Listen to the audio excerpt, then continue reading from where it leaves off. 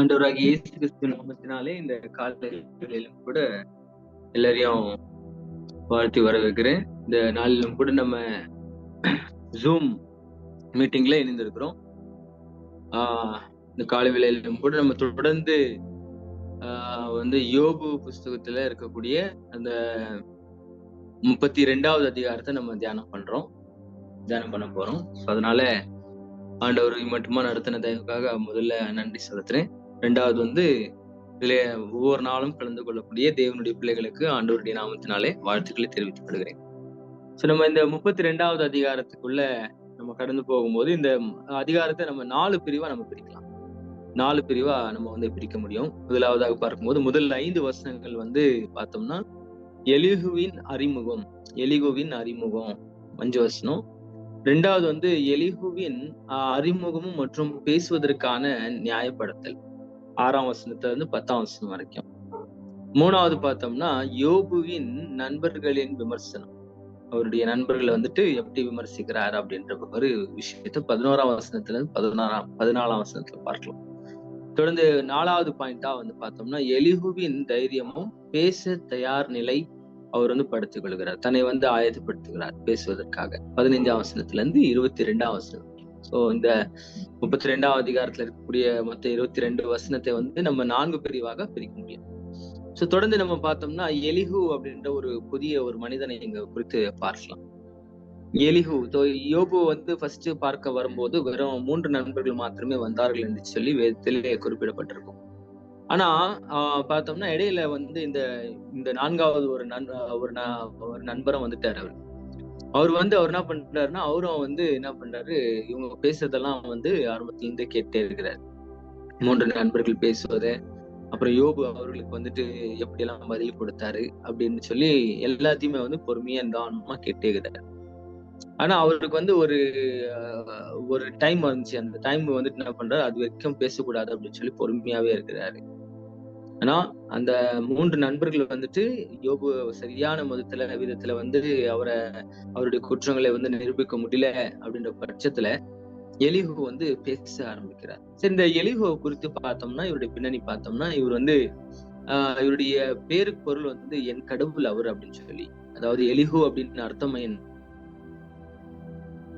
என்னன்னா என் கடவுள் அவர், ஆண்டவர் தான் என் கடவுள் அப்படின்ற மாதிரி பொருள் கொண்ட ஒரு மனிதனா இருக்கிறார். அந்த ஈப்ரூ பைபிள்ல அப்படி போடப்பட்டிருக்கும்.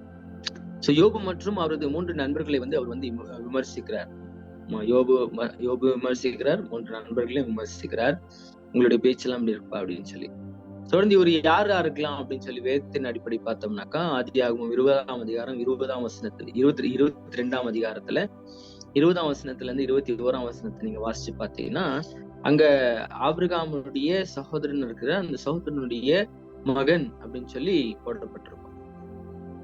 அதாவது மகன்னா மருமகனாக இருக்கலாம் அப்படின்னு சொல்லி வேதத்திலே போடப்பட்டிருக்கு. நீங்க ஆதியாகமம் 22ஆவது அதிகாரம் 20ஆம் வசனத்துல இருந்து 21ஆம் வசனம் வரைக்கும் நீங்க வாசிச்சு பாத்தீங்கன்னா இவர் அந்த ஆபிரகாமுடைய குடும்பத்தை சேர்ந்த ஒரு மனிதனா இருக்கிறார்.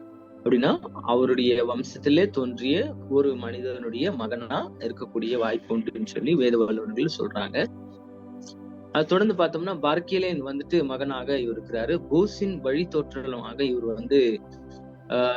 வந்தார் அப்படின்னு சொல்லி வேத வல்லுநர்கள் சொல்றாங்க.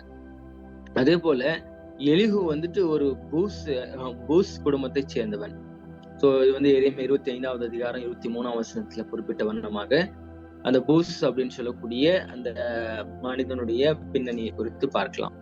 அதே மாதிரி இவர் ராம் என்னக்கூடிய 2ஆம் வசனத்துல போடப்பட்டிருக்கீங்க 32ஆவது அதிகாரம் 2ஆம் வசனத்துல என்ற ஒரு மனிதனின் மூலமா இவர் வந்துகிறார். அதே போல ரூத் 4ஆவது அதிகாரத்துல நீங்க பாத்தீங்கன்னா இவர் தாவீதினுடைய மூதாதையர் அப்படின்னு சொல்லி கூட வேதத்திலே போடப்பட்டிருக்கும். யாருன்னாக்கா இந்த பூஸ் என்னக்கூடிய அந்த மனிதர். அப்போ பார்க்கும்போது மொத்தத்துல இவருடைய பின்னணி பார்த்தோம்னா ஆபிரகாம் வழியாக தோன்றுகிறார். அப்படியே பார்த்தோம்னா தாவீதினுடைய மூதாதையர்களே ஒருவரா இருந்திருக்கலாம் அப்படின்னு சொல்லி கூறப்படுகிறது. அப்போ இவர் ஒருவேளை ஒரு எபிரியனா இருக்கலாம். இவர் எலிகு ஒரு எபிரியனா இருக்கலாம். ஏன்னா அப்படிதான் அவருடைய வம்ச வரலாறு கூறப்படுகிறது. மற்ற 3 நண்பர்களும் வெவ்வேறு தேசத்தை சேர்ந்தவர்கள் என்று சொல்லி நம்ம பார்க்கிறோம். ஏன்னா அந்த யோபு காலகட்டத்துல செல்வம் நிறைந்த ஒரு மனிதனா யோபு வாழ்ந்தார். அவருக்கு வந்து அநேகர் வந்துட்டு நண்பர்களா இருந்தாங்க.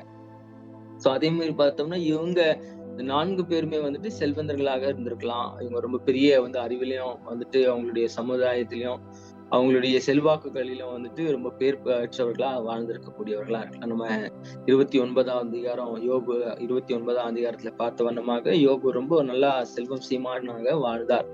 நம்ம வந்துட்டு யோபு கிட்ட வெறும் வந்துட்டு இத்தனை 1000 ஆடு மாடுகள் இருந்தது, ஒட்டகம் இருந்தது அப்படின்னு தான் நம்ம வந்து ஒருவேளை நம்மளுடைய கணக்குல இருந்தாலும் கூட, இன்னும் அழகா வந்து யோபுவினுடைய அந்த ஐஸ்வர்யமுள்ள ஒரு வாழ்க்கை, ஒரு பணக்கார வாழ்க்கையை வந்து குறித்து 29ஆம் அதிகாரத்துல போடப்பட்டிருக்கும்.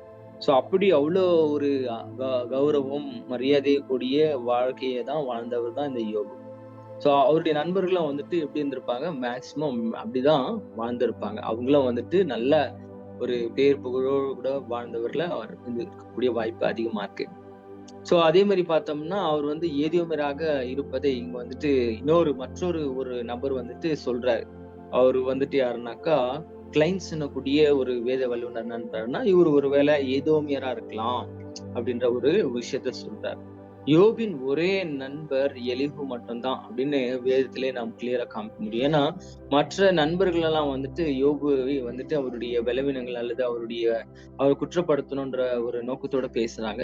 இங்கேயும் எலிஹு கூட அப்படிதான் பேசுறாரு. இருப்பினும் மற்ற நண்பர்களை பார்க்கிலும் இவர் வந்து கொஞ்சம் ஒரு வித்தியாசமான காரியங்களை, ஆண்டவருடைய காரியங்களை குறித்து கடவுள்னா என்ன, ஆண்டவருடைய வல்லமை எப்படி இருக்கும் அப்படின்ற ஒரு விஷயங்களை தொடர்ந்து வரக்கூடிய அதிகாரத்திலே அவர் பேசக்கூடியவர்களா இருக்கிறார். எலிகுனுடைய தந்தையினுடைய பேருன்னு பார்த்தோம்னா பரக்கேல் அப்படின்னு சொல்லி. சோ இந்த பரக்கேல் அப்படின்னு சொல்லி பார்த்தோம்னா கடவுள் ஆசீர்வதிக்கிறார் அல்லது கடவுள் ஆசீர்வதிக்கட்டும் அப்படின்ற ஒரு அர்த்தம். அப்படின்னா பாருங்க, இவருடைய பேரே வந்து என் கடவுள் அவர். 2வது இவருடைய தகப்பனுடைய பேர் வந்து கடவுள் ஆசீர்வதிக்கிறார் அப்படின்னு சொல்லி. அநேகர் என்னன்றாங்கன்னா இந்த எலிகு வந்து இயேசு கிறிஸ்துவுக்கு ஒப்பிடுறாங்க. இயேசு கிறிஸ்துவானவரும் வந்துட்டு அவருடைய சிறு வயதுல வந்துட்டு ரொம்ப ஞானம் உள்ளவரா அவர் இருந்தாரு. எல்லா நேரத்திலும் வந்து ஆண்டவராகிய தேவனுக்கு தன்னுடைய முதன்மையை அவர் வந்து கொடுக்கிறார். அவர் வந்து முக்கியத்துவம் அவர் வந்து கொடுக்கிறார்.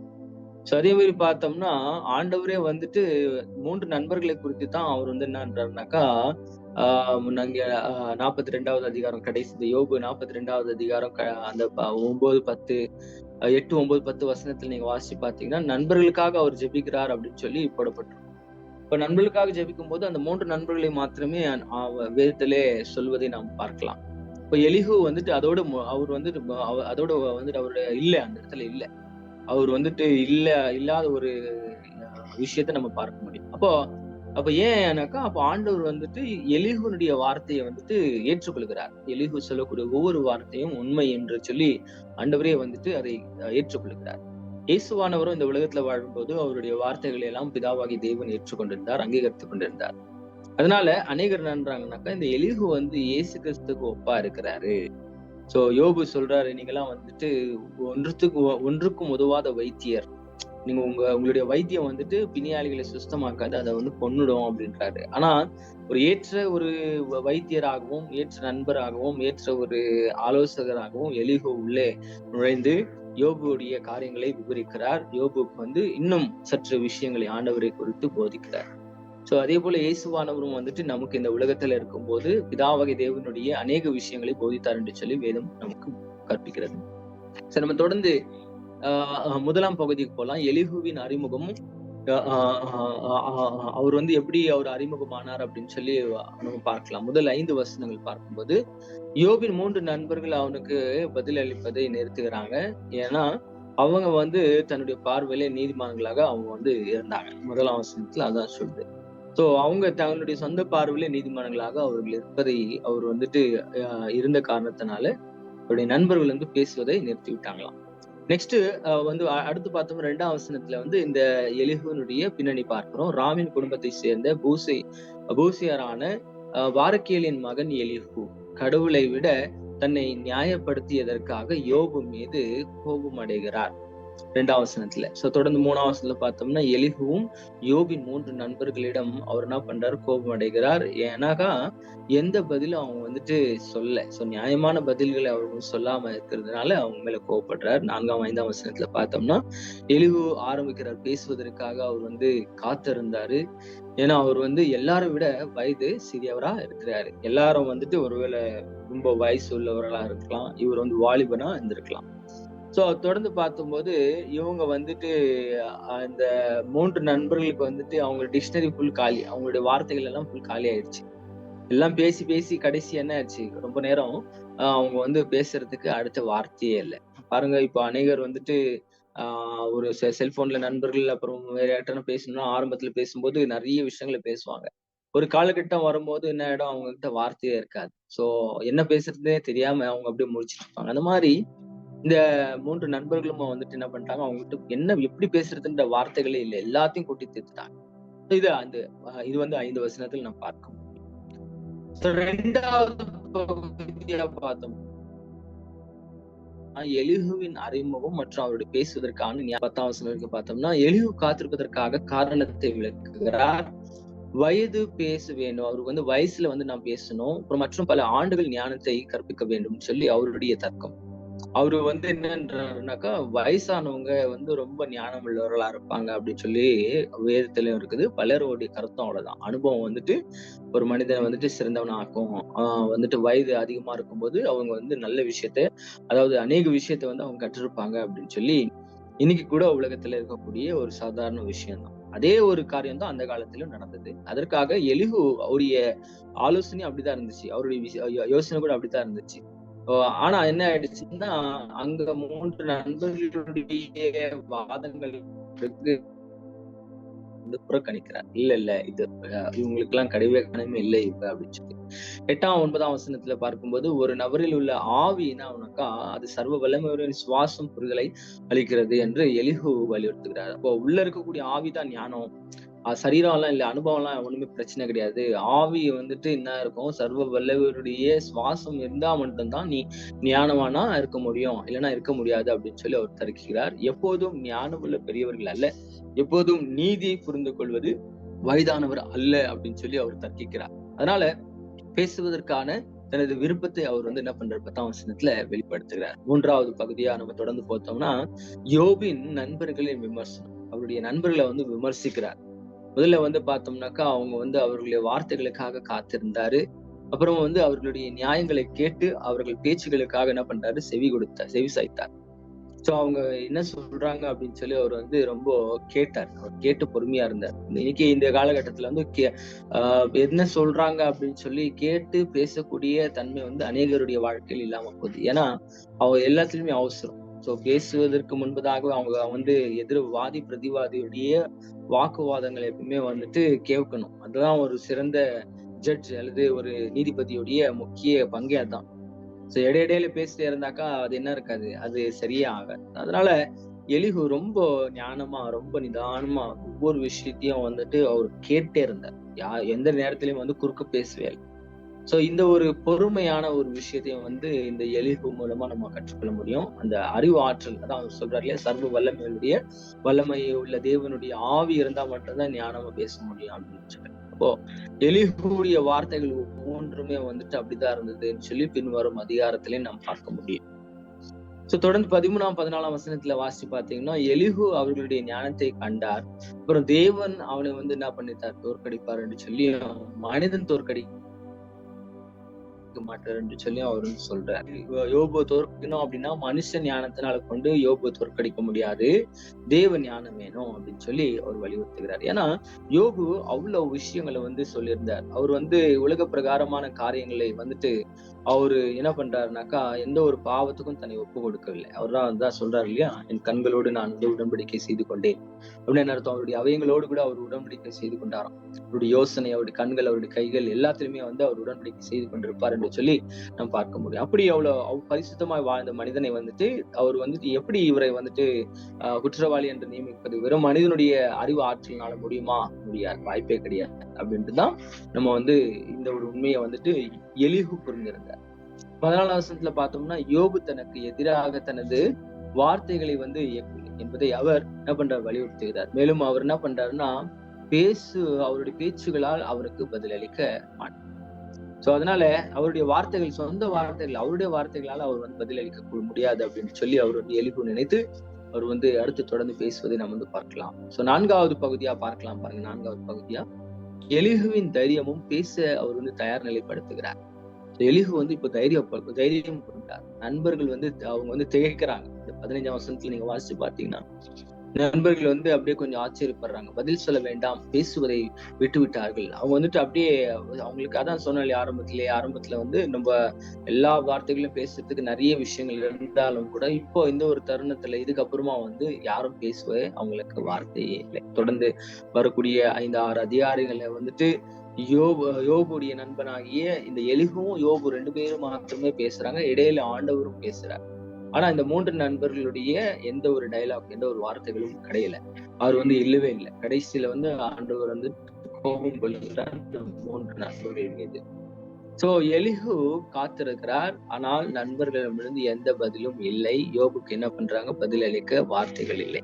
எலிஹூ தனது கருத்தை வந்து பேச ஆரம்பிக்கிறாரு. அவரு வந்து என்ன சொல்றாருன்னா, தன்னுடைய வார்த்தைகளால் நிறைந்திருக்கிறார். அப்புறமா வந்து 2வது பார்த்தோம்னா, அவருக்குள் இருக்கும் ஆவி அவரை கட்டுப்படுத்துகிறது. சோ ஒவ்வொரு மனுஷனுடைய சரீரத்திலும் தேவ ஆவி அப்படின்னு சொல்லி இருக்கும். அது வந்து கட்டுப்படுத்திக் கொண்டே இருக்கும். சோ அதனால வந்து அருமையானவர்களே, இந்த காலை வேளையில கூட பார்க்கும்போது எலிஹூவை வந்து ரொம்ப நம்மளுடைய வாழ்க்கையின் முன்மாதிரியா வச்சிருக்கணும். அவர் வந்து சொல்றாரு பாருங்க, 21, 22ஆம் வசனத்துல சொல்றாரு, எலிஹூ வந்து பாரபட்சமற்ற தன்மை உறுதியை அளிக்கிறார். எந்த மனிதனிடமும் பாரபட்சம் காட்டவோ அல்லது புகழ்ச்சியான விஷயங்களை வந்துட்டு பயன்படுத்தவோ கூடாது அப்படின்னு சொல்லி சொல்றாரு. அப்படி செய்தால் தன்னை வந்து ஆண்டவர்கிட்ட வந்துட்டு அவர் என்ன பண்ண முடியும், அவன் போய் நிற்கும் போது அந்த நேரத்துல வந்து நம்ம தகுதியற்றவர்களா இருப்போம் அப்படின்னு சொல்லி அவர் வந்து சொல்லி முடிக்கிறார். சோ இதுக்கப்புறம் தான் ஆரம்பிக்கிறாரே அவர். எலிஹூ வந்துட்டு தன்னுடைய பேச்சை ஆரம்பிக்கக்கூடிய இதெல்லாம் வந்து அவர் ஆரம்பிக்கிறார். இந்த அதிகாரம் ஃபுல்லாவே வந்துட்டு தன்னை ஆயத்தப்படுத்தி அவர் வந்து வெளிப்படுத்துகிறார். சோ இந்த அதிகாரத்துல ஒரு 4-5 விஷயங்கள் நம்ம வந்து சுருக்கமா புரிஞ்சு கொள்ளலாம். முதல்ல என்னன்னாக்கா, தொடர்ந்து பார்த்தோம்னா அடுத்து கேட்பதிலும் நம்ம வந்து பொறுமையா இருக்கணும். இப்போ கேட்பதிலும் அப்புறம் பொறுமையினுடைய மதிப்பு அப்படின்னு சொல்லி, ஸோ எந்த ஒரு விஷயமும் கூட வந்து நம்ம பார்த்தோம்னா, நம்ம பேசும்போதோ அல்லது எந்த ஒரு தர்க்கம் பண்ணும்போதோ அல்லது வேற எந்த ஒரு விஷயத்த நம்ம கேட்கிறோம் அப்படின்னா நமக்கு என்ன இருக்கணும்னா, ஃபர்ஸ்ட் கேட்டல் இருக்கணும். அது கேட்பதிலே அதனுடைய மதிப்பை நம்ம புரிஞ்சிருக்கணும். 2வது வந்துட்டு அதனுடைய பொறுமையினுடைய மதிப்பையும் நம்ம வந்து புரிஞ்சிருக்கணும். யாக்கோபு 1வது அதிகாரம் 19ஆம் வசனம் அப்படியா சொல்லுது, சகோதரன் நீங்க எல்லாம் வந்து நல்லா தேறினவங்க, நல்லா தெரிஞ்சவங்க. யாக்கோபு எழுதுறாரு, ரொம்ப அருமையா எழுதுறாரு. நீங்க எல்லாம் வந்து ரொம்ப புத்திசாலி, ரொம்ப நல்லவங்க, ரொம்ப வந்து ஆவிக்குரிய விஷயத்துல ரொம்ப நல்லா இருக்கீங்க. ஆனா நான் சொல்றேன் கேளுங்க, நீங்க வந்து எப்படி இருக்கணும், நீங்க கேட்பதிலே வந்து நீங்க பொறுமையா இருக்கணும். நீங்க வந்து பேசுறதுல வந்து நீங்க வந்து பொறுமையா இருக்கணும். கோபப்படும் போது நீங்க வந்து பொறுமையா இருக்கணும் அப்படின்னு சொல்லி அவர் வந்து சொல்றாரு. அப்போ கேட்பதிலே நீங்க வந்து தீவிரமா இருக்கணும். ரொம்ப தீவிரமா நீங்க கேட்கணும்னு சொல்லி வேதத்துல போடப்பட்டிருக்கும். அதனால அருமையானவர்களே, இந்த காலை வேளையிலும் கூட நம்ம கேட்கறதுக்கு தன்மை உடையவர்களாக நம்ம இருக்கணும். அதனுடைய மதிப்பு என்னன்னு சொல்லி நம்ம தெரிஞ்சுக்கணும். 2வது அது பொறுமையா கேட்கணும். அவசரமா ஏதோ ஏனோதானோன்னு கேட்க கூடாது. அது பொறுமையா கேட்கணும். நீதிமொழிகள் 18வது அதிகாரம் 13ஆம் வசனம் அப்படியா சொல்லுது, கேட்பதற்கு முன் பதில் சொல்வது எப்படி இருக்கணும், அது முட்டாள்தனம் என்று மற்றும் அவமானம் சொல்லி வேதத்துல போடப்பட்டுள்ளது. சோ நம்ம கேட்கறதுக்குன்னா முன்னாடியே பேசிட்டோம்னு சொல்லுங்களேன். அப்போ அவங்க கிட்ட இருந்து என்ன வருதுன்னாக்கா தெரியவே தெரியாது. முந்திரி கொட்டை மாதிரி இன்னைக்கு அநேக பேர் என்ன பண்ணுவாங்க, பேசும்போது சென்டர்ல பேசிட்டே இருப்பாங்க. அதுக்கு நீதிமொழி சொல்றாரு, நீதிமொழிகள் எழுதிய ஞானி சொல்றாரு என்னன்னா, 18வது அதிகாரம் 13ஆம் வசனம், கேட்கும் முன் வரக்கூடிய பதில் வந்து என்னவா, அது வந்து முட்டாள்தனம் மற்றும் அவமானம்ன்றார். 2வது பார்த்தோம்னாக்கா, உண்மையான ஞானம் கடவுளிடமிருந்து மாத்திரம் தான் வருது. சோ நம்ம ஏற்கனவே நமக்கெல்லாம் தெரிஞ்ச வசனங்கள் தான். யாக்கோபு 1வது அதிகாரம் 5ஆம் வசனத்துல, ஞானம் குறைவு என்று சொன்னா நம்ம ஆண்டவர்கிட்ட கேட்கணும், ஆண்டவர் ஞானத்தை தருகிறார். நீதிமொழிகள் 2வது அதிகாரம் 6ஆம் வசனத்துல எப்படியா சொல்லுகிறது, கர்த்தர் ஞானத்தை தருகிறார், அவர் வாயிலிருந்து அறிவும் புத்தியும் வரும். ஆண்டவர் தான் என்ன பண்றார், ஞானத்தை தராராம். அவருடைய வாயிலிருந்து தான் அறிவும் புத்தியும் வருதாம்.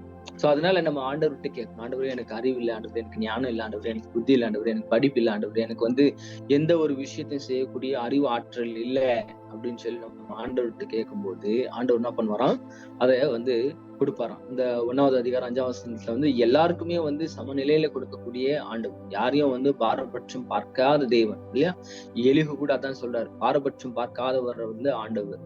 எல்லாரையுமே வந்து நேசிக்கிறார், எல்லாருக்குமே கொடுக்க வேண்டும் என்று சொல்லிதான் அவர் விரும்புகிறார். நம்ம ஆண்டவர்கிட்ட நேரா போய் அவர்கிட்ட போயிட்டு கேட்கும்போது அவருடைய வாயிலிருந்து அறிவும் புத்தியும் நமக்கு வரும். ஸோ அடுத்தது கடைசியா பார்த்தோம்னாக்கா, நீதியான கோபத்தின் முக்கியத்துவம். ஸோ நியாயமான ஒரு கோபம் இல்லையா? இன்னைக்கு கோபம் வந்துட்டு ரொம்ப இதா இருக்கும். எல்லா இடத்துலயுமே வந்து கோபம்னா என்ன அப்படின்னு சொல்லி எபேசியர் 4வது அதிகாரம் 26ஆம் வசனம் அப்படியே சொல்லுது, கோபம் கொண்டாலும் பாவம் செய்யாதே அப்படின்னு சொல்லுவாரு. சோ 2வது வந்து பார்க்கும்போது சூரியன் அஸ்தமிக்கும் முன்னே உன்னுடைய கோபம் என்ன பண்ணுமா, தனியே கிடவுது. சோ அவனுடைய கோபம்லாம் தனியட்டும் அப்படின்ற மாதிரி. அப்போ ஒரு மனிதனுடைய வாழ்க்கையில கோபம் என்பது ரொம்ப முக்கியமா இருக்கும். அதே நேரத்துல வந்து அந்த கோபத்தினுடைய அளவும் வந்து ரொம்ப ரொம்ப முக்கியமா இருக்கும். மார்க் 3வது அதிகாரம் 5ஆம் வசனத்துல இயேசுவானவர் வந்துட்டு ஒரு இடத்துக்கு போயிருக்கிறாரு. அந்த இடத்துல ஒரு கை சூம்பிய ஒரு மனிதன் இருக்கிறான். ஒரு வந்துட்டு ஒரு அதாவது உடல் ஊனமற்ற ஒரு மனிதன் இருக்கிறான். இந்த மனிதனை குறித்து பேசும்போது அங்க இருக்கக்கூடிய எல்லாம் வந்து ஜனங்க வந்துட்டு இயேசுவானவரை ஒரு மாதிரி டெஸ்டிங் பண்ணக்கூடிய கேள்விகளா கேட்கிறாங்க. அதுக்கு இயேசுவானவர் என்ன பண்றாரு, கோபத்துடன் அவர்களை சுற்றி பார்த்து அவர்களுடைய பிடிவாதமான இருதயங்களை கண்டு மிகவும் வேதனைப்பட்டு அந்த மனிதனை நோக்கி என்ன பண்றாராம், கையை நீட்டு என்றார். அவர் அந்த அதை வந்துட்டு அந்த சொன்ன உடனே என்ன ஆச்சுன்னா அந்த மனுஷன் அந்த கையை நீட்டான். அவருடைய கை முழுமையாக மீட்கப்பட்டது. சோ அருமையானவர்களே, இயேசுவானவரும் ஒரு சில நேரத்துல கோபப்பட்ட விதத்துல பார்த்தோம். சோ அது வந்து நியாயமான கோபம், நீதியுள்ள கோபம். எலிகுடைய கோபம் வந்துட்டு அது நியாயமான கோபமா இருக்கு. அவருடைய கோபமாலாம் வந்துட்டு ஒரு தற்பிரியமான சுயநலத்துக்காக அல்லது சுய லாபத்திற்காகவோ அவர் கோபப்படல. அவருடைய கோபம் வந்துட்டு ஆண்டவருடைய மகிமைக்கு வந்து நிகர் யாருமே கிடையாது. அந்த மகிமை வந்து அவருக்கு மட்டும்தான் செலுத்தணும் அப்படின்றதுதான் அவருடைய முக்கிய வாழ்த்தினுடைய குறிக்கோளா இருக்கு. சோ அதுதான் நம்ம வந்துட்டு இந்த தொடர்ந்து வரக்கூடிய அதிகாரத்துல நம்ம பார்க்க முடியும். அதுதான் அருமையானவர்களே, நாளிலும் கூட நாம் எலிகுவை குறித்து நாம் பார்த்தோம். எலிகு யார் என்று சொல்லி நாம் பார்த்தோம். எலிகு வந்துட்டு பேசுவதற்கு முன்பதாக அவர் பொறுமையா இருந்ததின் காரணத்தை குறித்து பார்த்தோம்.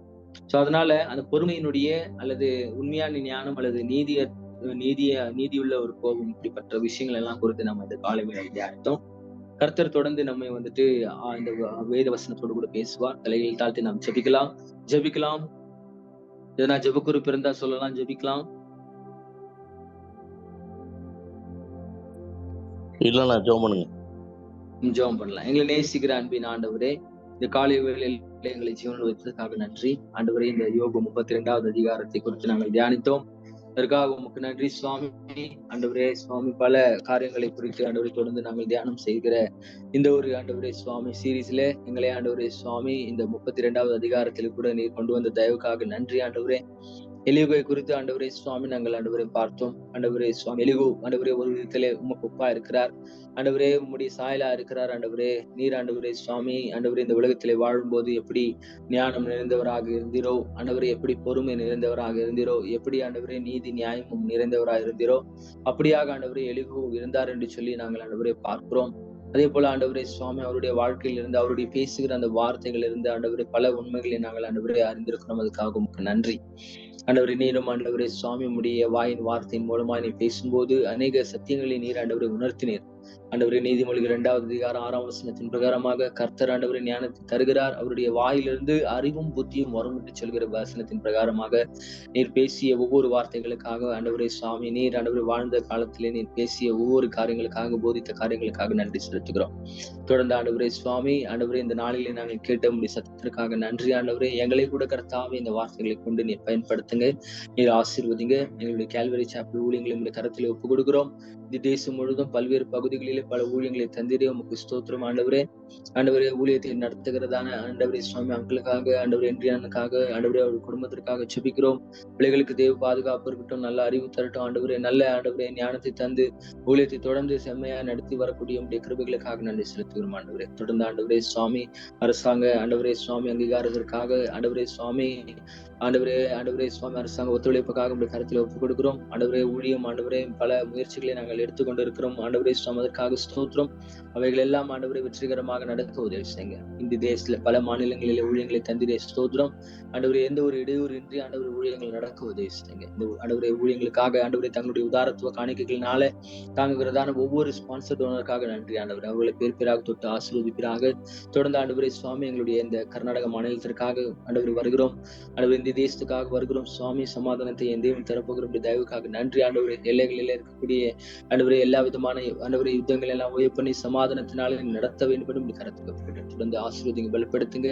நீர் ஆண்டவர் மகிமைப்படுங்க. இந்த நாள் முழுவதும் எங்களை ஆண்டவரே தேவ ஆவியினாலே எங்களை நடத்த வேண்டும் என்று இயேசு கிறிஸ்துவின் நாமத்தினாலே ஜெபிக்கிறேன் எங்கள் ஜீவனில் நல்ல பிதாவே. ஆமென்.